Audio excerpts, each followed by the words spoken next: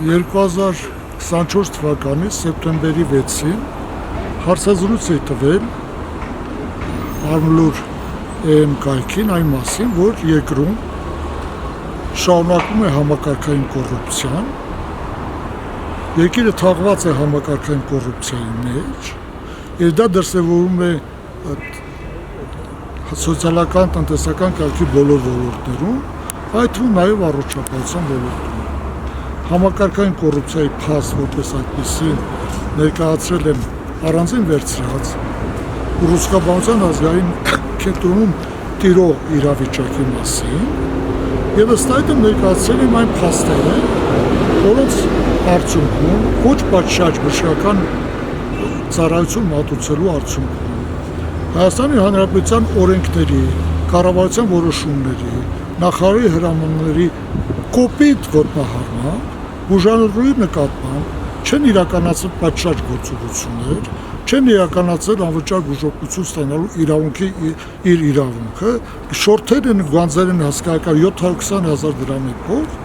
ավելին, նրան ոչ պատշաճ բժշկական արդյունքում, նրան հասցվել է այնպիսի իրավիճակի, որի արդյունքում նա մահացել է։ Այդ մասին հարցազրույցից հետո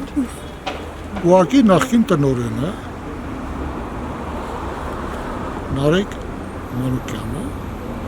իմ նկատմամբ ներկայացրել է 3 դատական հայց։ Մեկը որպես Նարեկ Մանուկյան, մեկը որպես ուղղակի տնօրեն Մանուկյան, մեկն էլ երկուսը միասին։ Երկուսը միասին հետ է վերադարձվել։ Նարեկ Մանուկյանի նկատմամբ հայցը արդեն քննվում է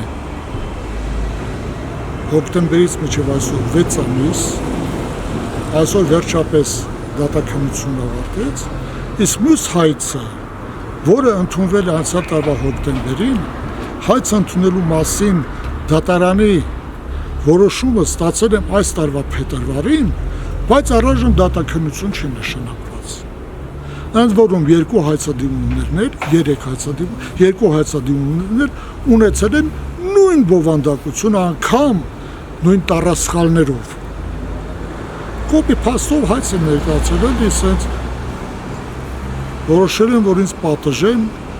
ազատ խոսքի իմ սահմանադրական իրավունքից։ Ընդ որում, իմ ելույթում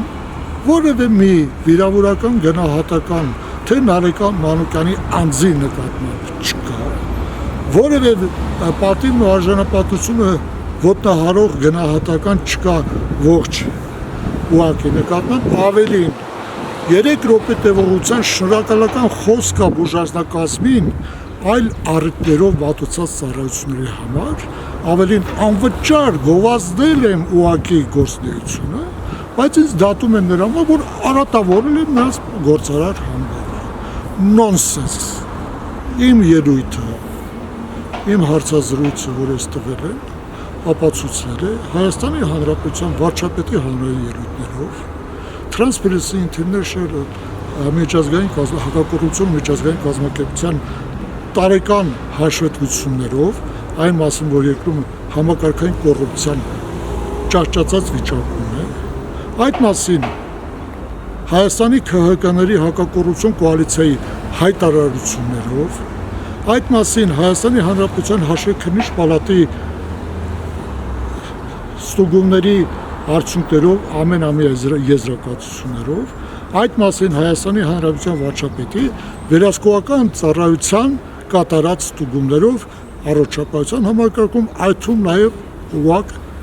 ուղղակի Ռուսկաբանության ազգային կենտրոնում։ Հետևաբար կարծում եմ, որ այս դատաքննության կարիքը չկար, պետությունը